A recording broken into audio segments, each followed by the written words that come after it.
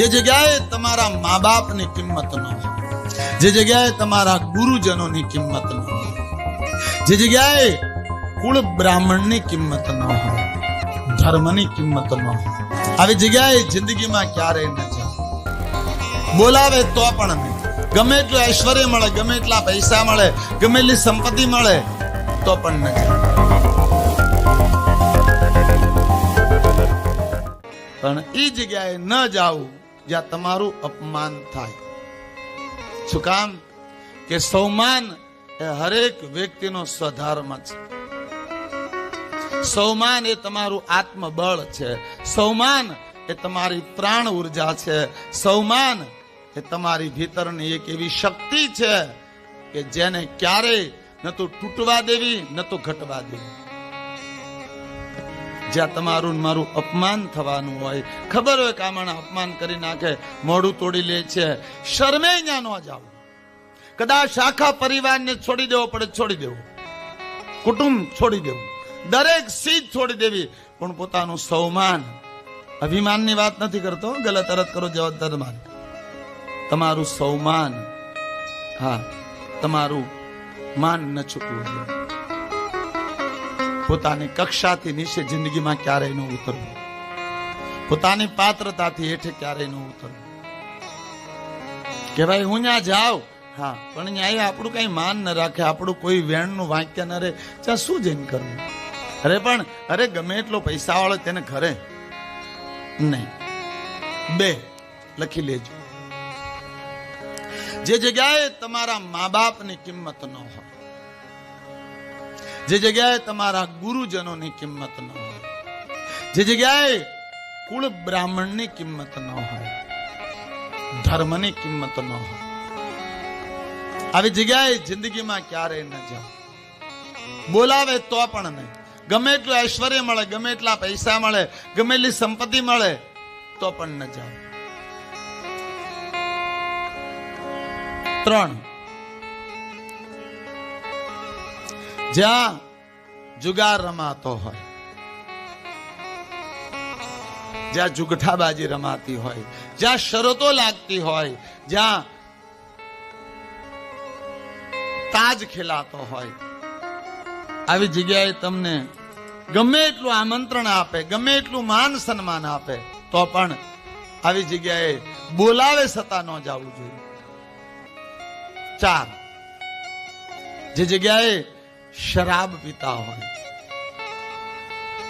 જે જગ્યાએ ન્યાય શાસ્ત્ર કહ્યો, નીતિશાસ્ત્ર, જ્યાં શરાબ, જ્યાં વ્યસનો થતા હોય, નશા થતા હોય, ત્યાં બોલાવે ને તો પણ ન જવું જોઈએ. શરાબીઓની સાથે બને ત્યાં સુધી મિત્રતા ન રાખવી જોઈએ. આવા ભાઈબંધોથી કે ભાઈ પાર્ટી છે, તું પી નહીં કઈ પણ હાલ તો ખરો મારા રે, તમારા આપણા કુળનું પતન થઈ જાય છે. જ્યાં વ્યસન લેવાતા હોય ત્યાં બોલાવે તો ન જવું જોઈએ. જો આમાં હું કહીશ ને તો ઘણાને ખોટું લાગશે, પણ કહી તો દવ જ. હા, પાનના ગલ્લે કોઈ બોલાવે તો ન જવું જોઈએ. હા, કારણ કે એક જાતનું વ્યસન છે. નશો, વ્યસનનું બીજું નામ છે મૃત્યુ. હા,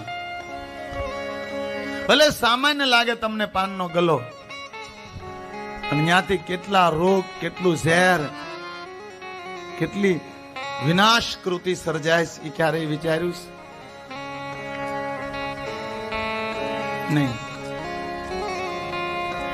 જ્યાં વ્યસનો લેવાતા હોય, જ્યાં ઝેરી પદાર્થો પીવાતા હોય, જ્યાં શ્રાબાલય હોય, જ્યાં નશો થતો હોય, આવી જગ્યાએ ન જવું જોઈએ. કડું વાક્ય કહું છું, બધા સાધુઓને લાગુ ન પડે, બધા સાધુઓને લાગુ ન પડે, બધા સાધુઓને લાગુ ન પડે, પણ જે ગામના પાદરમાં મઢી વાળી અને 10-15 જણાને ગાંજો પીતા કરે, આવા સાધુની મઢીએ ન જવું જોઈએ. 5, જ્યાં ગાયો કપાતી હોય, જ્યાં ગાયોના કતલખાના હોય, જ્યાં હિંસા થતી હોય, જ્યાં જીવોને મારી અને ભોજન બનાવવામાં આવતું હોય, આવી જગ્યાએ કોઈ મિત્ર ગમે એટલો આગ્રહ કરે, બોલાવે તો પણ ન જવું જોઈએ. શું કામ? કે વિનાશ છે મારો અને તમારો. જ્યાં પશુ હિંસા થતી હોય, જ્યાં લોકોને જીવોને મારીને ખાવામાં આવતા હોય, આવી જગ્યાએ કોઈ પણ માણસે ક્યારેય ન જવું જોઈએ. અને 7, લોભી માણસને ઘરે ન જવું જોઈએ.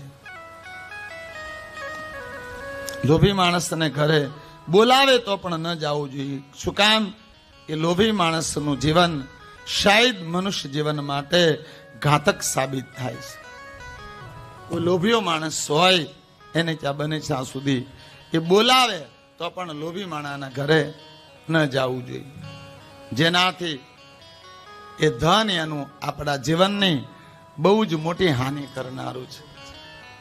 લોભી માણસને ઘરે જીવનમાં ક્યારેય બોલાવે તો પણ ન જવું. આ 7 પતનના માર્ગો છે.